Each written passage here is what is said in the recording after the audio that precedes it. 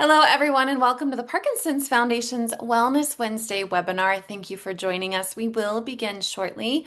Really appreciate you being here. Please know that everyone will be muted and you will be off camera for today's webinar. You can submit a question by using the Q&A feature, and we'll begin shortly. Before we get into it, I want to remind you about our other PD Health at Home virtual programs. Each week, we offer sessions tailored to support people with Parkinson's and their care partners, including Mindfulness Mondays, Wellness Wednesdays, Fitness Fridays, care partner programs, expert briefings, and our Spanish language series, Y Salud en Casa. Be sure to visit our website to see what's coming up and explore our archive videos on YouTube. Learn more about upcoming virtual programs and register at parkinson.org/PD Health. PD Health at Home is presented by the Light of Day Foundation, whose generosity has made this programming possible. Thank you, Light of Day. Each week, the foundation posts new movement classes on our YouTube channel, and once a month, we do it together live. Join me this week as we get strong from our seats in a chair yoga session that will be held this Friday, April 17th at 1 p.m. Eastern Time Zone. Register to attend at the link in the chat or visit parkinson.org/PD Health. I'm looking forward to moving with you all soon. Speech and swallowing changes are common in Parkinson's disease and can significantly affect communication, nutrition, and quality of life. Today, we will learn why voice and swallowing challenges occur in Parkinson's and how they may progress over time. This session will highlight the essential role of speech language pathologists in identifying, assessing, and managing these changes. Practical strategies, therapeutic approaches, and supportive tools will be shared to help people with Parkinson's and care partners feel more confident and empowered in daily communication and eating. And now I'd like to introduce our presenter. Jessica Ackerman is a licensed speech language pathologist. She's also a certified yoga teacher and the founder of Speak Steady, the Parkinson's Voice Reset Program. Jessica, thanks so much for being here today to share your knowledge with our community. I'll pass it on to you. Okay, hello everyone. It is so wonderful to be here, and thank you to the Parkinson's Foundation for having me present with you and be with you today. I am very happy to have so many people here, and I welcome your questions at the end. So let's get started. As Krista said, I am a speech language pathologist.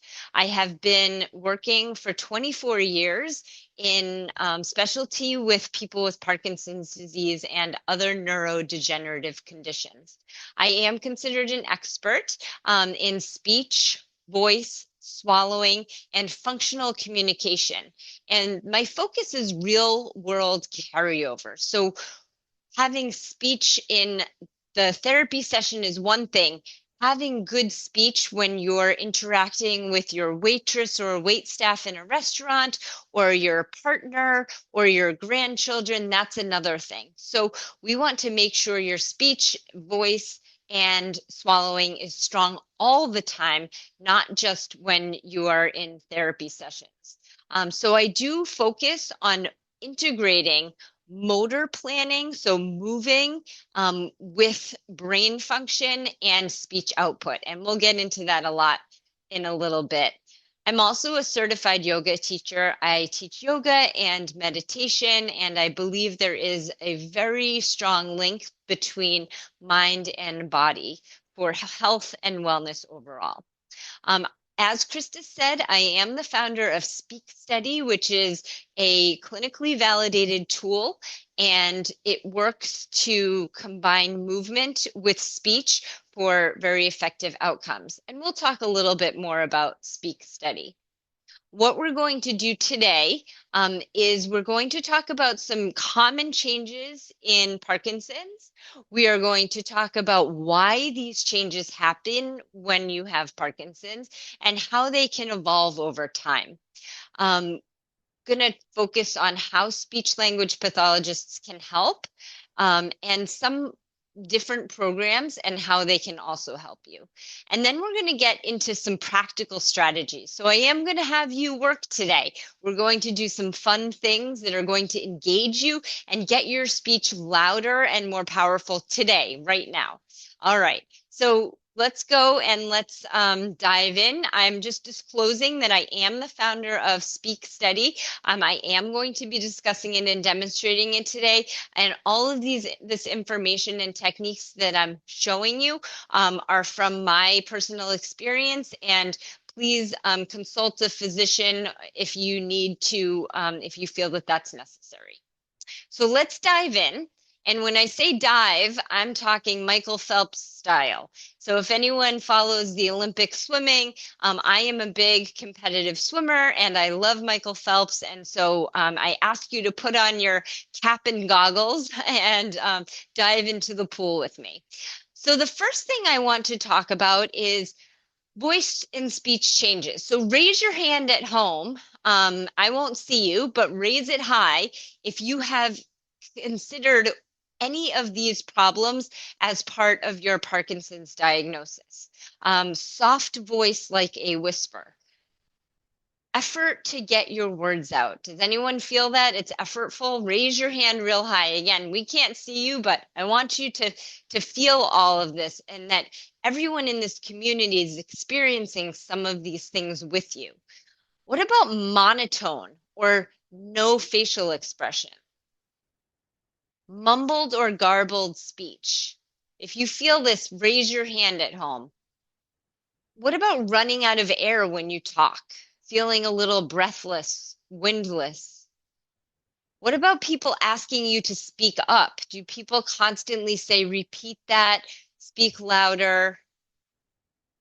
Are you feeling isolated, maybe no longer socializing? What about food or pills sticking in your throat? Raise your hand if you feel that. Drooling is so embarrassing. Nobody likes to talk about it, but does it happen to you sometimes, right?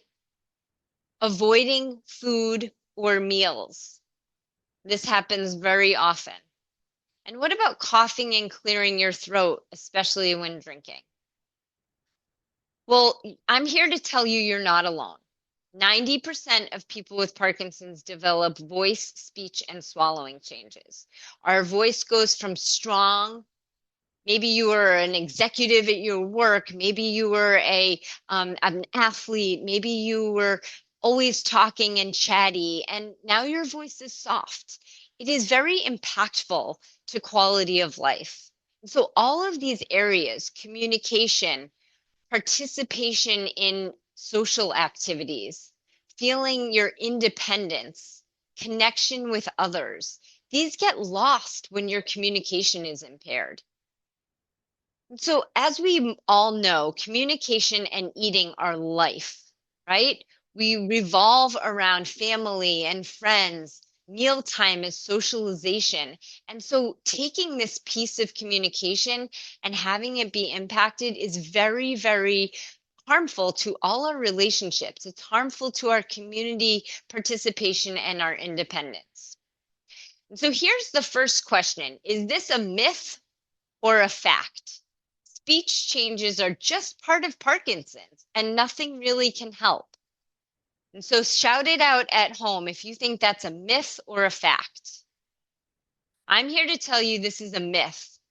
Therapy and practice can improve your communication and your swallowing safety. So a speech language pathologist like myself or someone else in your community or remote accessible tools, and we can get into those in a little bit. They can work on voice and speech, swallowing, breath support, communication strategies, and cognition or thinking skills. And so let's start off with swallowing, and we also refer to this as dysphagia. And dysphagia is just defined by difficulty swallowing. So the first point is that it takes over 50 muscles to coordinate chewing and swallowing. And that's pretty significant when you think about it. All of the muscles that are required to do a successful swallow, just one, 50 muscles. All swallowing stages can be impacted by Parkinson's. And so a stage of swallowing, and we'll go through this with my nice diagram here. We start with this little green bubble, which is your food at your lips. And that is the oral phase of swallowing. Now we get into chewing and processing that piece of food. As we go down into your throat, your food passes through your throat and goes down into your esophagus and eventually lands in your stomach. So if you see that green spiral, that's the normal swallowing. For Parkinson's, sometimes the food ends up with that yellow, and that's called aspiration.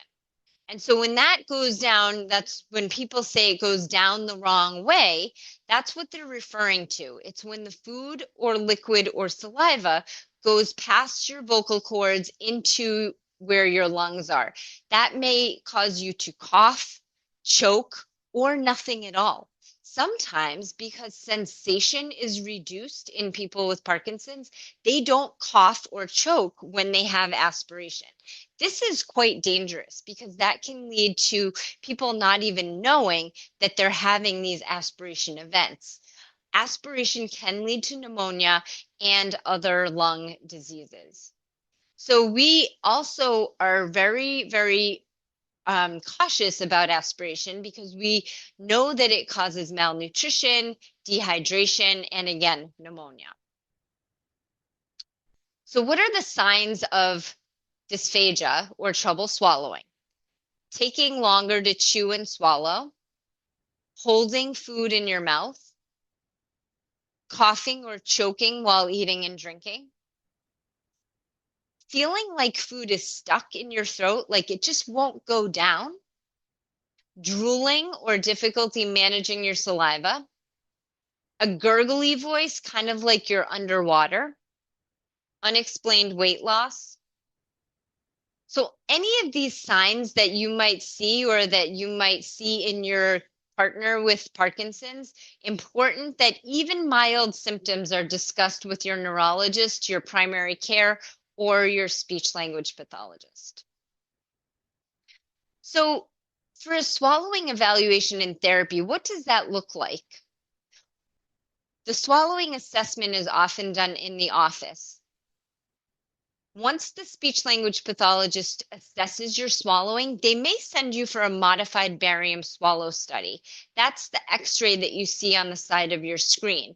Basically, all they do is give you some things to eat and drink, like applesauce, maybe some liquids, maybe a graham cracker, and they have you chew that up and swallow, and you see that black segment on your screen is the food going down, and they are able to assess whether or not it's going down the right way.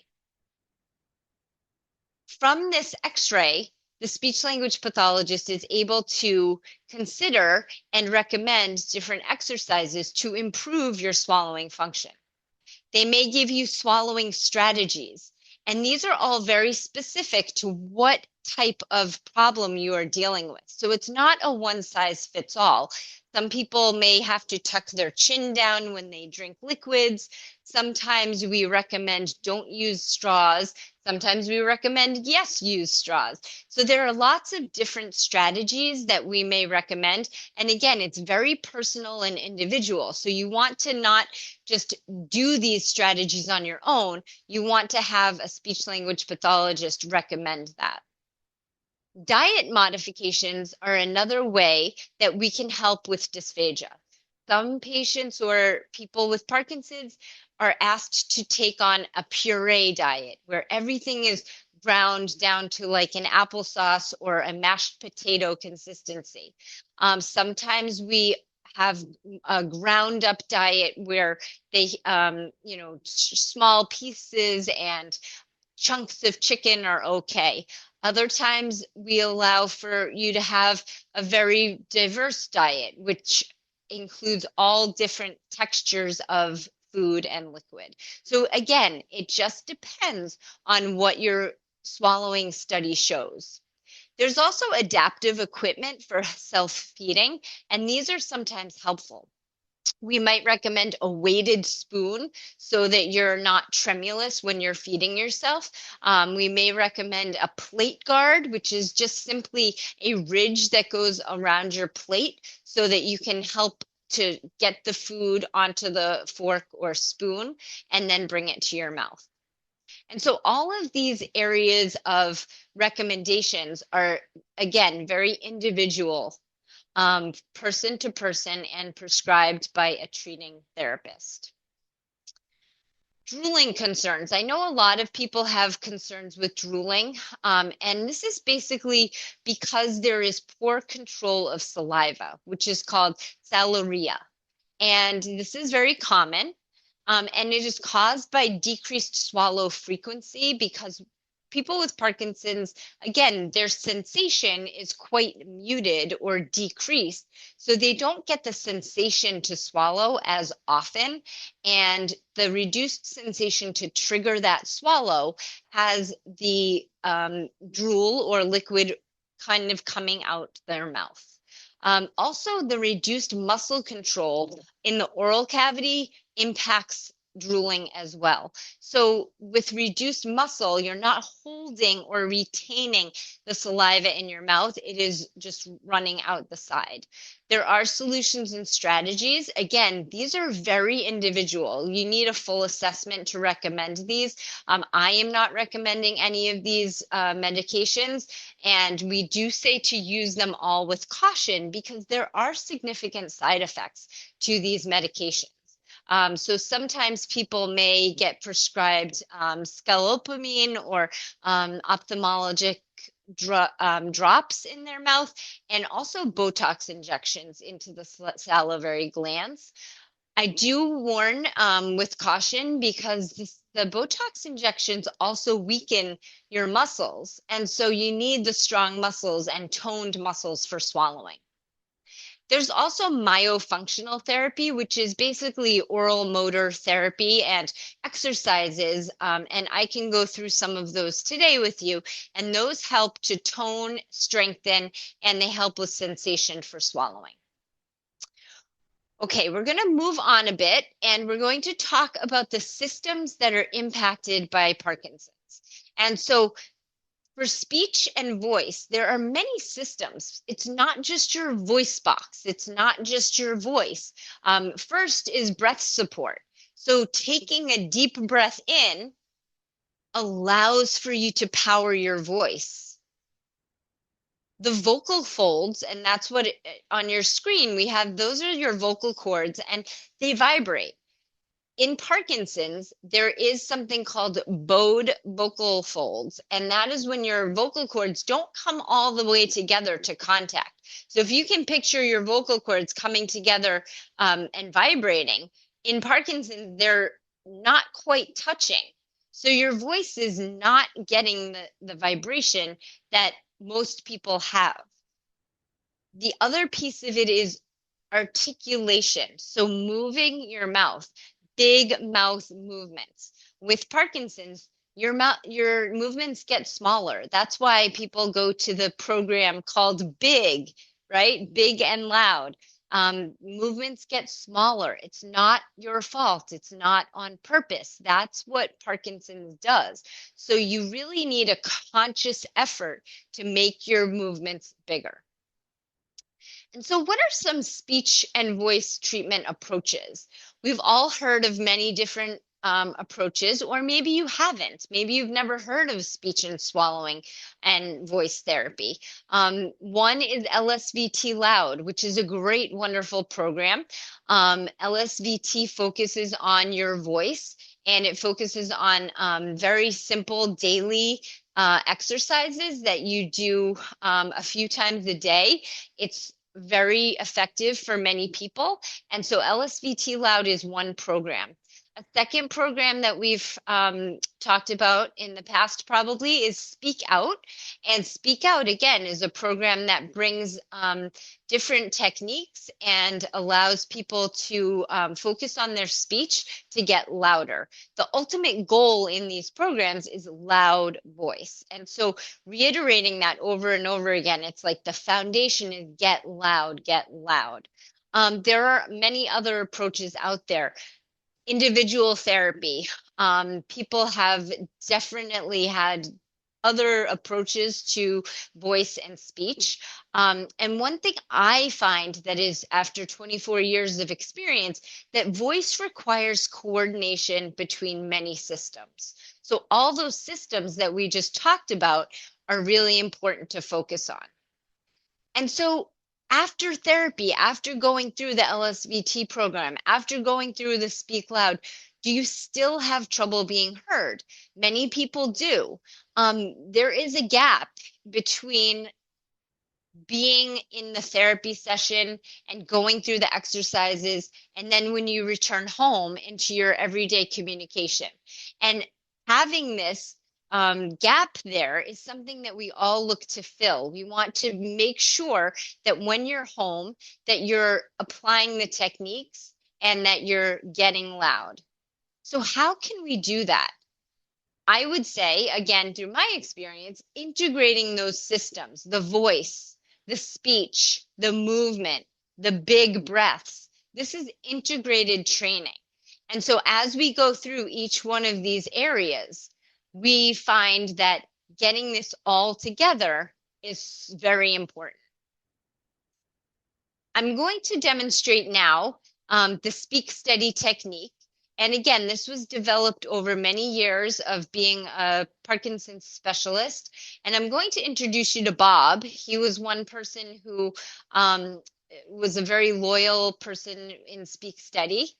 And let's listen to Bob. Except I can't get out words like remember.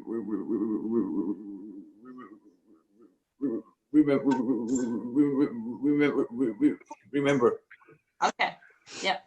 So say it again. Say, I have trouble with remember. Say it just like that. I have trouble with remember. Good.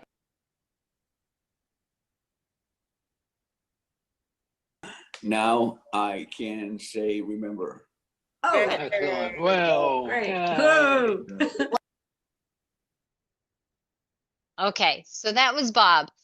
And that was within one session. That was just a cue for Bob to separate each word.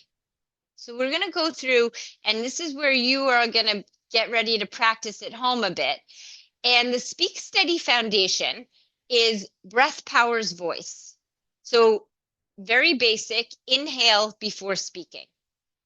The second area is separating each word. So sometimes I have had people say, well, I sound like a robot. And I say, good, that's perfect. You want to sound like a robot because that way you're separating each word and we are able to understand you. The third piece is over articulation. We talked a bit about this big mouth opening. And then the last one is combining the speech with a movement. So let's practice. I really want you all at home. We can't see you. Your camera is off, but I want you to do all of these things with me so you can get an idea today of some practical ways you can improve your speech right here and now. All right? So this works immediately and with lasting results. So taking a big breath in before you speak will increase your loudness.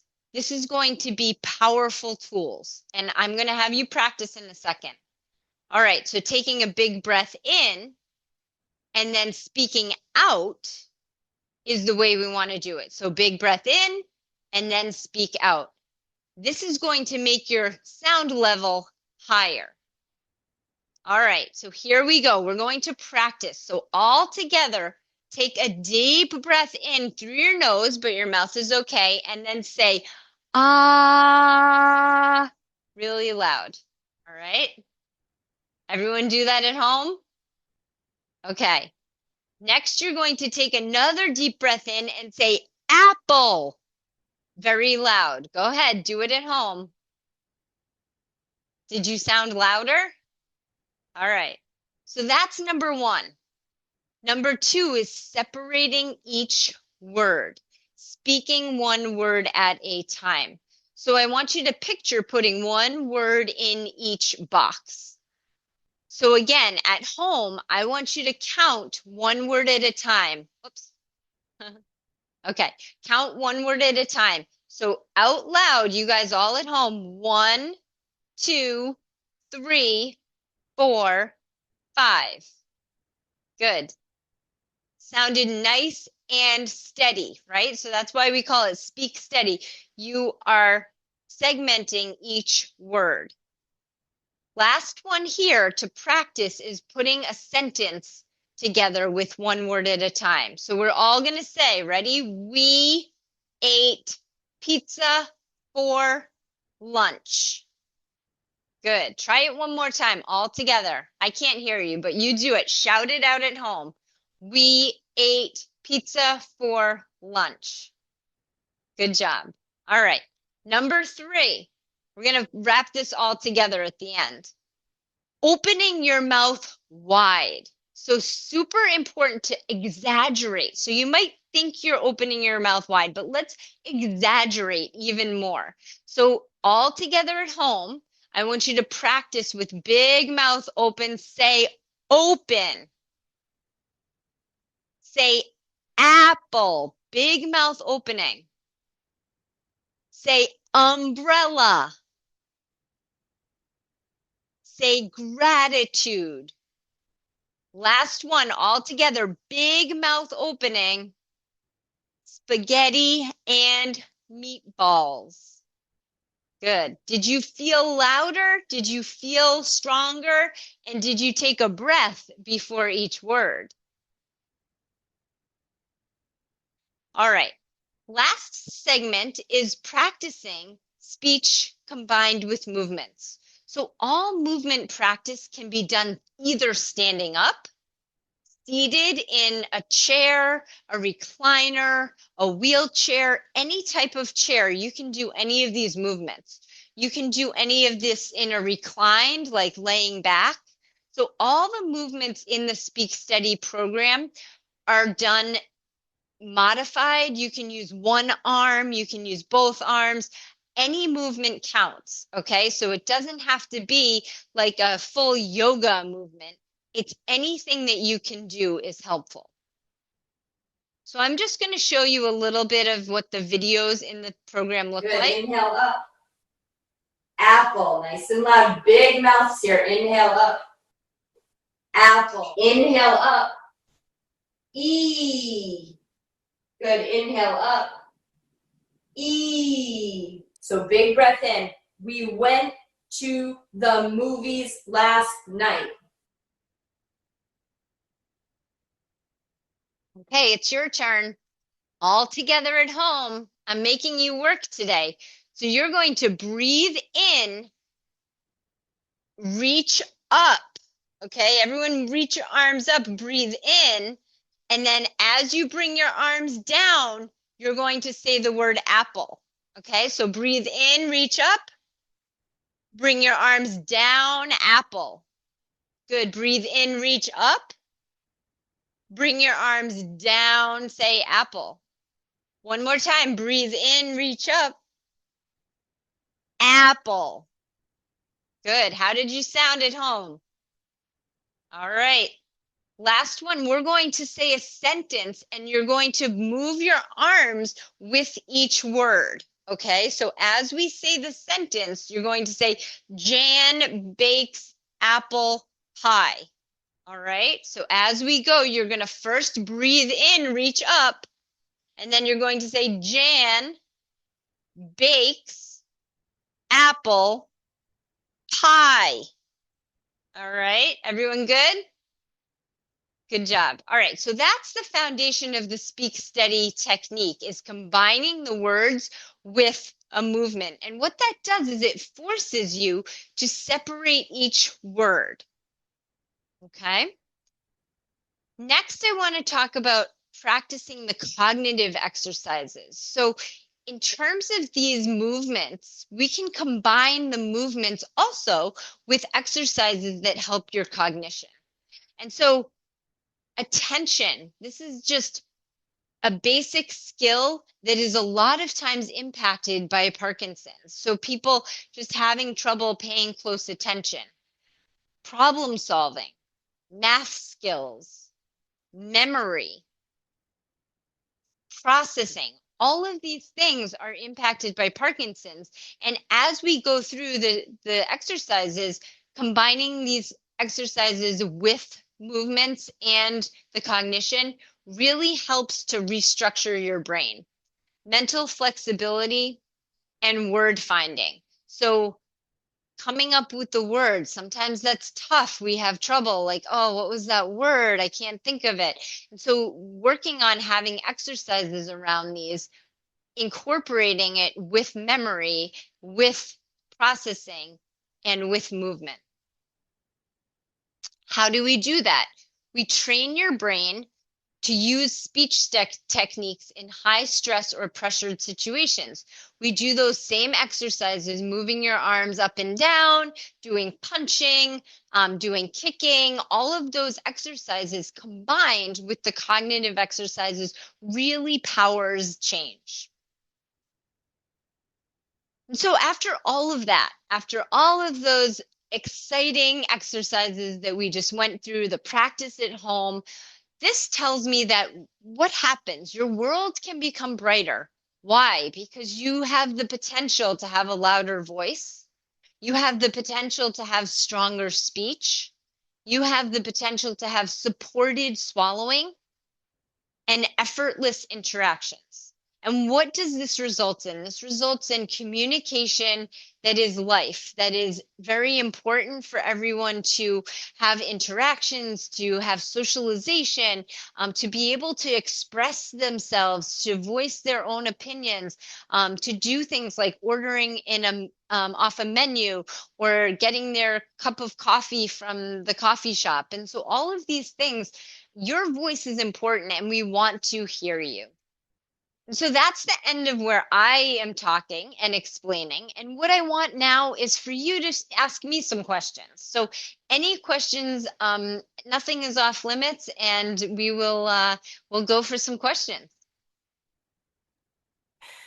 Thank you, Jessica. Really appreciate your presentation and walking us through the changes of speaking and swallowing in Parkinson's and giving us tools that we can practice at home. It's so important to walk away from this webinar, and thanks for inviting us to practice them together. We do have quite a few questions. I'll start with the first one from Hussein. Hussein, thank you for joining us today, acknowledging that this is a very important topic. And they write that they're a researcher in the field of speech for patients with Parkinson's, has met many patients, and all of them do have speech difficulties and do need support. What method do you have to help patients speak more clearly or even with better control? So I think I went through those practical tools, and in my thoughts and research, I find that Speak Steady program is very important. I have put up, I have put up on the screen, or I will, the website, and you can email me directly for information on that, if that's okay with you, Krista. Yeah, absolutely. Okay. And so I do feel that that's important. So all of the those methods that I went through, I think are the most important foundational tools to help with speech and voice. And because they are very simple and basic, it's easy for people to incorporate them into their daily life. Like taking a breath before you speak, you may not think about that.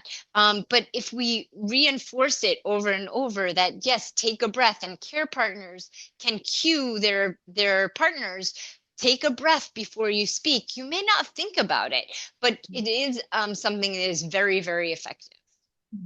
Yeah. Thank you for answering the question. And Houston, I do encourage you to reach out to Jessica. She's very responsive. Yes. Um, We have a question from Hal sharing that they mostly have problems with swallowing their pills and them feeling stuck in the throat. Can you talk a little bit more about how we can sort of navigate this stuck in the throat kind of feeling? What helps? Yes, definitely. A few things I would recommend. You could try putting the pill in a little applesauce on a teaspoon. And so that is something that's pretty basic. I'm not, I know it's all individual, but if you're able to put your pill on a teaspoon with either yogurt or applesauce and then take that full spoonful and swallow it down, that a lot of times really does help to get the pills right down if you feel like it's stuck. Um, to other things would be definitely to go see a speech pathologist. Ask your neurologist for a referral because there could be more things going on. So I do encourage you to go see someone and have them fully evaluate it. But it is a nice trick to put your pill in whole form in some applesauce. Great. Talking about getting a referral from our neurologist, Mhm. Michelle wants to know, how do we find a good speech therapist? Oh, I know it's hard. There are not a lot of us out there in comparison to how many people need us. So um, I think asking your neurologist, I believe there are resources online. Parkinson's Foundation may have a list, I'm not sure, but there are resources online that you can search for speech therapists in your area.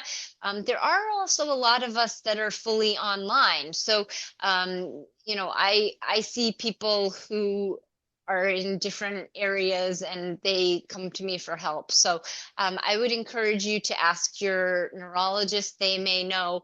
Asking other people in the community who they use as a speech therapist, that's a really good way as well. Great. So, Michael wrote in, are you available for remote Zoom sessions? And I'll let you answer that, Jessica. Sounds like Yeah. you just did. I'm only licensed in some states, which is why I have this program. And you can use this program. And then through the program, I am available for some coaching, which is not considered therapy sessions because I am licensed in only certain states. So, but you can reach out to me directly. Okay, so many questions rolling and we'll get to as many as we can, my friends. So, a question about the relationship between speaking and swallowing and posture. Do you have any input to share about how posture can affect the Oh, way that we yes. speak or we swallow? Definitely. So the hunched over posture kind of crushes in on your rib cage. If you think of just from an anatomical standpoint, it crushes in on your lungs and it doesn't allow you to get a nice full breath. And as we talked about, how breath is the foundation of powering your speech, if you can't get that nice full breath, then you're not going to have the power behind your speech. At the same time, swallowing when you're hunched over and you're not in a nice posture, your whole neck and your face is fully down, and that changes the anatomical structure. So when we had that diagram of the person's body, if it's hunched over, the whole anatomy is changed, and actually food and liquid is diverted towards your lungs. And so aspiration or things going down the wrong way is much more likely if you're in this hunched over position. So having good posture, upright, seated, is very, very important. Also, reclining back is not always a good thing because that does also divert things going the wrong way. So nice upright posture. Jessica, I'm curious if you could coach us through getting into an upright, good posture with integrity. Would you mind guiding us through that? Sure, absolutely. And so we could all benefit from better posture. And so one of the things is feeling big. And so shoulders back, right? And then shoulders not up towards your ears. So unshrug your shoulders, right? Shoulders back and back nice and straight. So it's also nice to have a cushion or a chair back behind you, and then chin up and straight ahead. So you don't want to be kind of dangling over. This also encourages drooling. And so to get yourself up and back, so chin straight forward, that has much more ability to keep that drool, keep that saliva in your mouth, right? So shoulders back, not up towards your ears, but nice and down, and then nice flat back behind you. Thanks for that. Um, Lots of comments coming in about saliva. Let's see, Gail is asking, do you have tips for managing excessive saliva? Her partner has tried medications without success, and sometimes even because of major side effects. And then we have Byrne who's sharing, I'm constantly choking to the point of gagging and vomiting from just swallowing my saliva, and that happens a lot during the day. So could you speak a little bit more about excessive saliva and Parkinson's? Yes, yes, and I'm so sorry you're dealing with that. First, I would say you should probably get to a speech therapist for a more in-depth evaluation of your swallowing, and that would be probably really important to do if you're choking and gagging to that point. I would recommend that. Some at-home tricks and tools. First of all, have that nice posture, have your chin straight out, and focus on swallowing throughout the day. You might have to tell yourself, swallow, swallow, until it becomes more of a habit. So you really want to remind yourself throughout the day because, like I said, your sensation is reduced. So you're not feeling the need to swallow. So you need to kind of remind yourself. You might want to even make a note card that just says swallow and put it right in front of you, in front of the TV or something. So you remind and encourage yourself to swallow. Now, normally we swallow hundreds of times a day, hundreds and hundreds. And so making sure that you're actually swallowing will help you to manage the saliva. And then another point is, as I talked about, oral motor exercises can help to tone and strengthen your lips, your cheeks, under your mouth. All of these muscles, those 50 muscles that we use for swallowing, need strengthening. So again, my program, the Speak Steady, does go through a lot of those exercises and tools and techniques to help strengthen you in all of your swallowing. So very, very helpful to do some exercises to keep yourself really swallowing. One of my favorites I'll share with you, okay, is the E, ooh, E, ooh. And so you're basically just doing a smile and then a pucker, and then a smile, and then a pucker. So very basic. Another good one is to put your tongue into your cheek and press it hard on each side. So alternate pressing your tongue into your cheek, back and forth, and that strengthens your tongue, that strengthens the back of your tongue.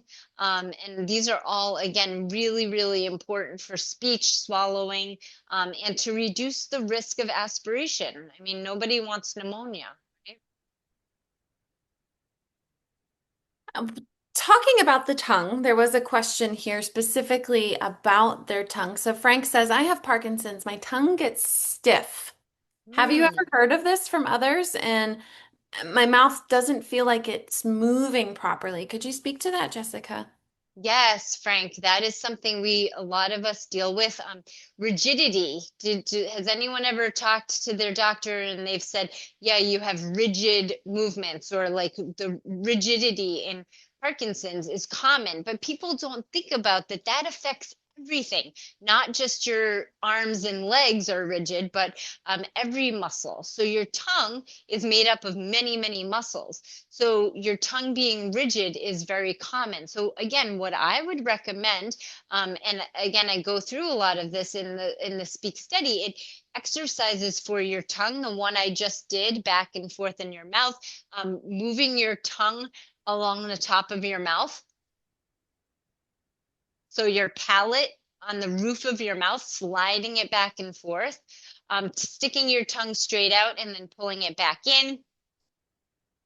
all of those exercises, anything you can do to move your tongue around your mouth is really important. So that not only strengthens your tongue, but it reduces the rigidity. It keeps it active and increases that flexibility of your tongue movements.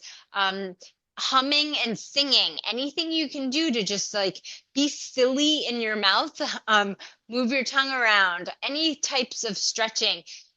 Do it in the shower, do it in, when you're watching TV, do this at times when you're on a car ride, anything to just keep the movements going, keep flexible and fluid movements, Frank. And I hope those are helpful for you. And the tongue is a muscle, right, Jessica? Tongue has many muscles. Yeah. Yeah. So it's not just one, there are different muscles in it. Yeah. Yeah, and like with any other muscle, if we don't use that muscle, we what?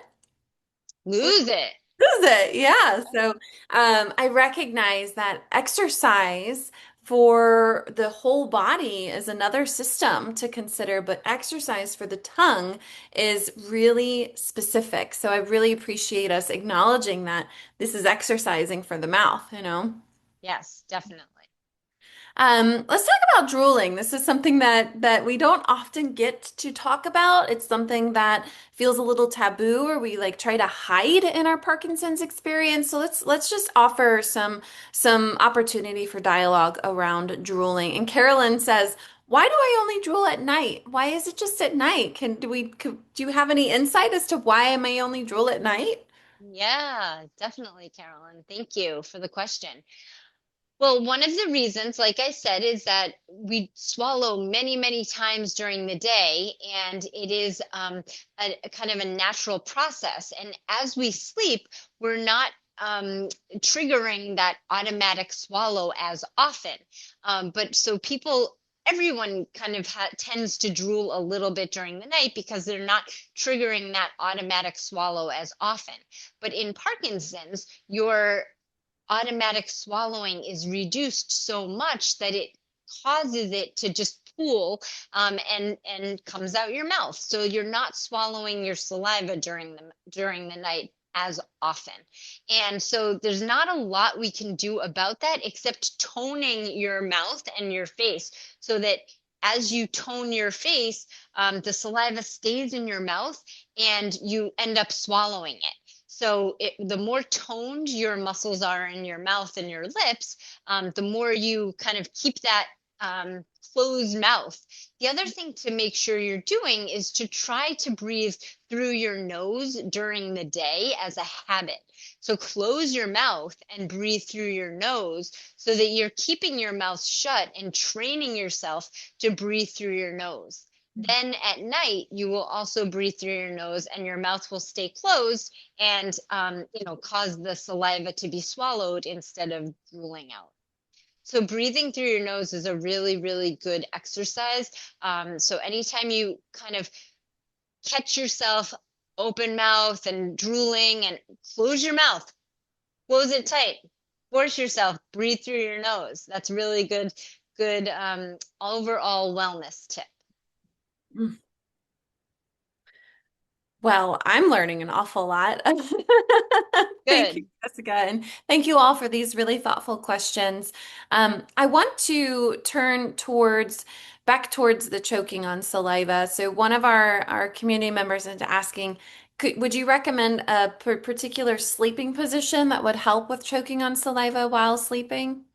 Well, I definitely on your side, not on your back. So we definitely want to be sleeping on your side. And that way, if you're on your back, the saliva isn't kind of dripping down to your airway. So definitely side sleeping, I would recommend.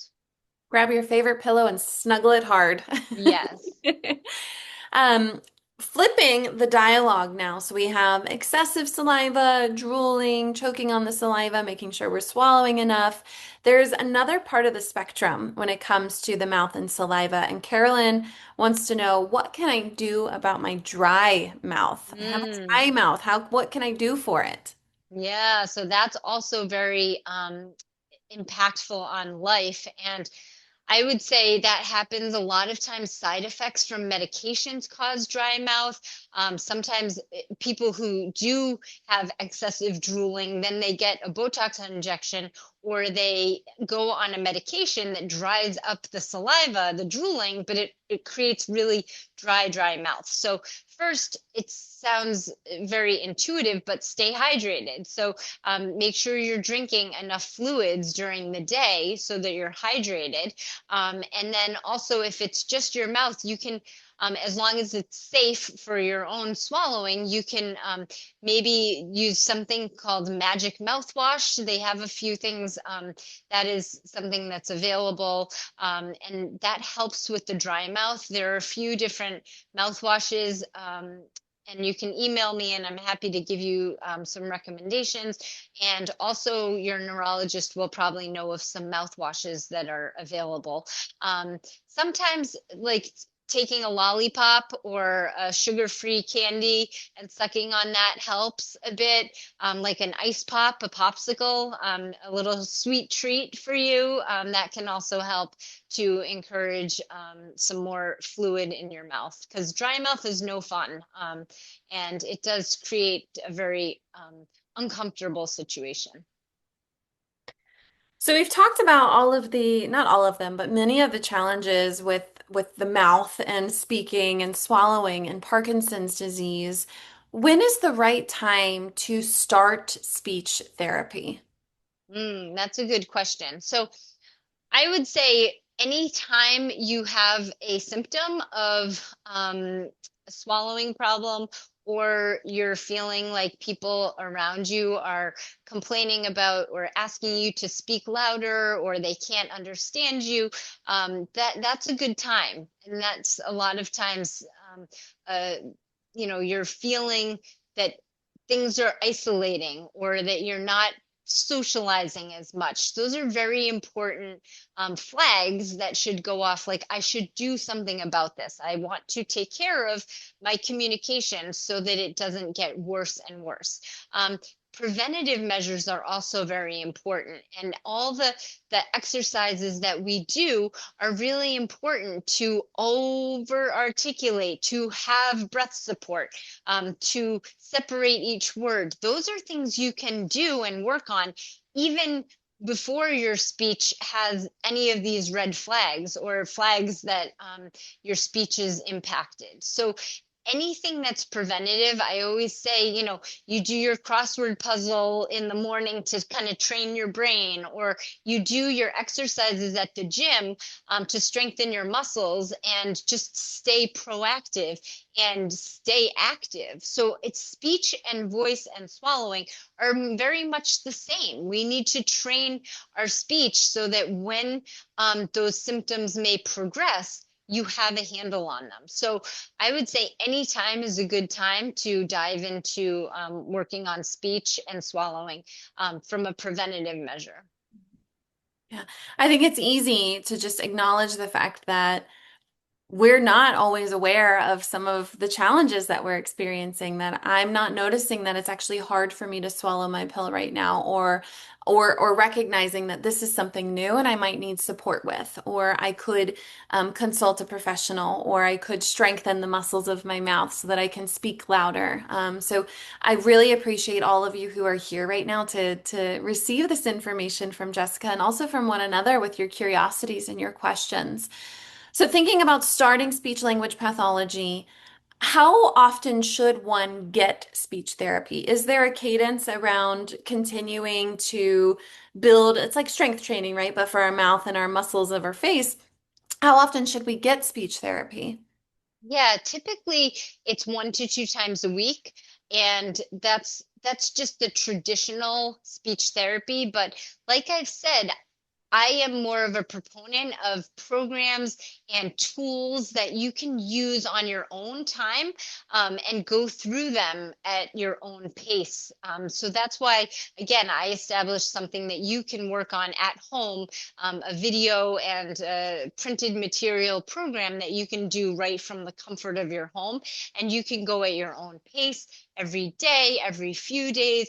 But traditional therapy, when you go kind of see a therapist in an office, it's typically 1 to 2 times a week. But again, those exercises that you do between the therapy sessions are really important. It's that type of thing, like you go to any therapy, physical therapy, or even like a mental health therapist. You see them once or twice a week, but the in between is what counts. It's using those techniques and using the cues and having your care partner remind you between the sessions. That's where the rubber meets the road. That's where the true change happens. And that's where your communication is actually functional.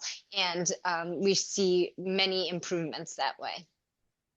You mentioned care partners, and I do have a question from someone here that's asking, how can I best support my person with Parkinson's who's struggling with speech and swallowing problems? Mm. That's a really good question, and it's something that we oftentimes we don't want to overburden the care partner as like you have to be the therapist, but at the same time, you're very important in that you can cue your partner, and just a little cue can help them to speak louder or remember their techniques. And so, establishing like a word or a cue ahead of time and saying, okay, when I say, separate each word, just remember to do that. So establishing, or if I say breath before you speak, that will remind or cue the person with Parkinson's, okay, I need to remember this. So establishing a cueing structure ahead of time. And then so anytime if you're out in the public, you can say that little word and that will remind them. Or if it's something like they're drooling a lot, and reminding them to, okay, close your mouth, take a swallow your saliva. It might be something subtle, like you can make up a code word like monkey or something, and have the person with the care partner say monkey if you're out in public, and then the person with Parkinson's will remember, okay, that means sit up straight, close my mouth, swallow, get a hold of my drooling. So those are some kind of tips that I think are really important. But again, it's really hard as a care partner. You don't want to become the therapist, and you don't want to be a nag. So it's really important that although you are an integral part of the team and you're a cueing partner, that you also take care of yourself, and that it's not necessarily your job to fix this, but you are an important part of the team. Thank you, Jessica, so much for sharing your time today. That is all the time that we have for questions. Any final remarks, Jessica, you'd like to make before I close this out? No, it was just so wonderful to be here, and I appreciate the Parkinson's Foundation for having me, and I appreciate every one of you at home. I know you did all the exercises with me, and I would encourage you to keep doing that, and to really empower yourself to have a voice, to be strong, and to keep going. Thank you, Jessica, for educating us about the changes of speaking and swallowing while living and navigating this journey with Parkinson's. And thanks all of you for showing up with curiosity and for being present for today's Wellness Wednesdays webinar. PD Health at Home is presented by the Light of Day Foundation, whose generosity has made this programming possible. Before you go, please, I just have one favor to ask of you, recognizing that your feedback is essential to shaping the Foundation's programming. As the webinar concludes, a survey will pop up on your screen. Please take a moment to share your thoughts and let us know what topics you'd like to see in future sessions. If you had a question today that didn't get an answer, please don't hesitate to reach out to the Parkinson's Foundation's helpline. We are here to support you. They can also connect you with Parkinson's specific speech language pathologists. If this is something that you're curious about, please do not hesitate to reach out to the Parkinson's Foundation helpline. We'll also send information on how to stay connected with Jessica after the program. Recognize that we're ready to support you every step of the way. Thank you again for being with us, and I look forward to connecting with you at future programs. Take care and be well.